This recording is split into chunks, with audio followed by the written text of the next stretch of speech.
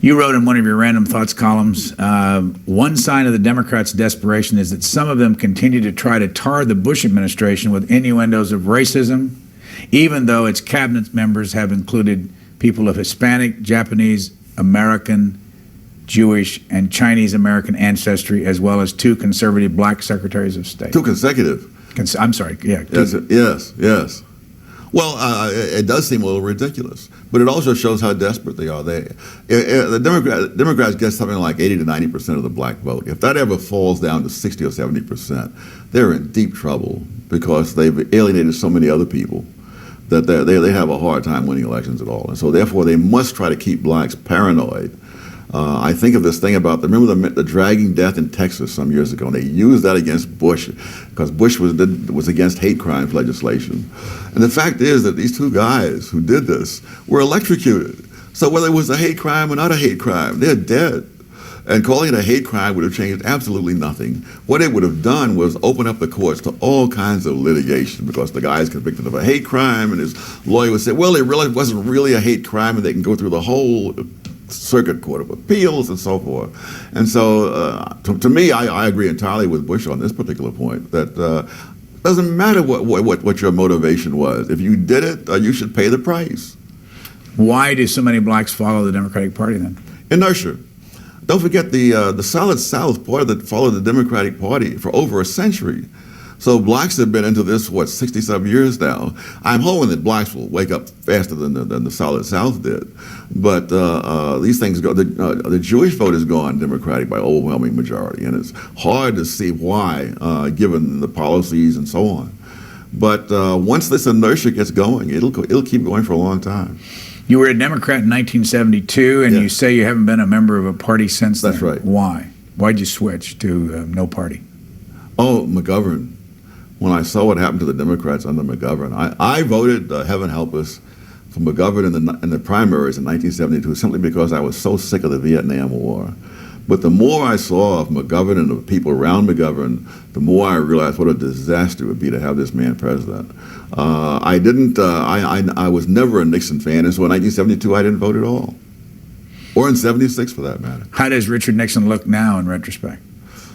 A lot better. Why? Well, you compare him with, say, Clinton. Nixon was was threatened with impeachment.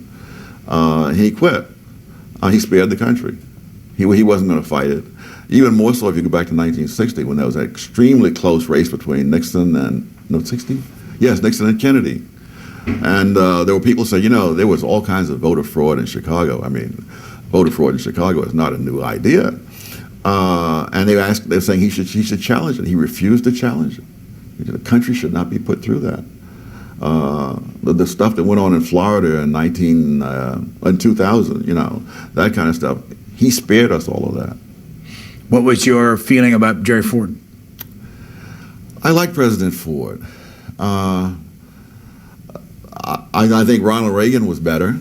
But the thing that I guess the one thing that really made me upset with President Ford was pardoning Richard Nixon.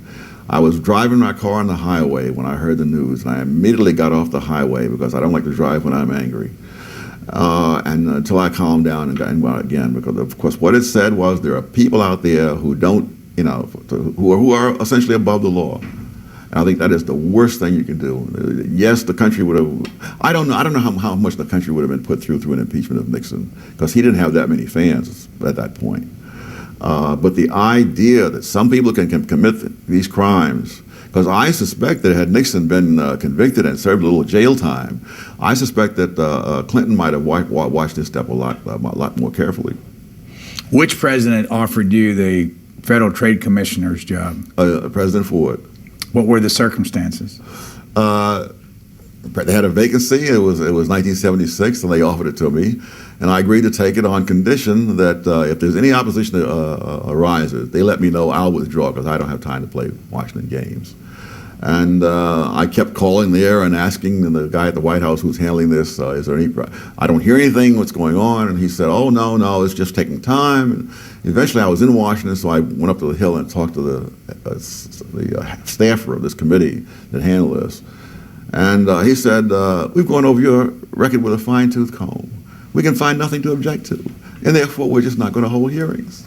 Because this is an election year, we expect our guy is going to be elected, and he'll appoint his own man. What burned me was that he said, and I said, did you tell the White House this? He said, we told the White House this months ago. And I went back to the guy at the White House, and I said, I just talked to this fellow on the Hill, and either he's lying or you're lying. Which is it? And he started hemming and hawing, and I turned and walked out. I sent them a one-line withdrawal letter from the hotel on hotel station area, and that was the end of it. Are you sad you never served in government? No. My gosh, no. Why? Stuff like this is one reason. That, you know, Harry Truman said, if you want a friend in Washington, get a dog. And anyone who was asked my opinion about going to Washington and serving in government, I can't think of anyone I said that they should do it. Some people have credited me with having some influence with Clarence Thomas. I obviously don't, because I told him when he was at the EEOC and he was looking around what he's going to do next, I said, get out of Washington and stay out of Washington. So he wouldn't even be where it is if he listened to me. What are your expectations about the possibility of him being nominated to be Chief Justice? No idea. I mean, I know less about Washington politics than I know about anything else. But I guess maybe a better question is, what would happen if he were nominated, in your opinion? Oh, there would be the usual kind of cheap shot reruns at the confirmation hearings. I think he'd probably get confirmed, and it would be great for the court. I'm not sure it would be great for him or not.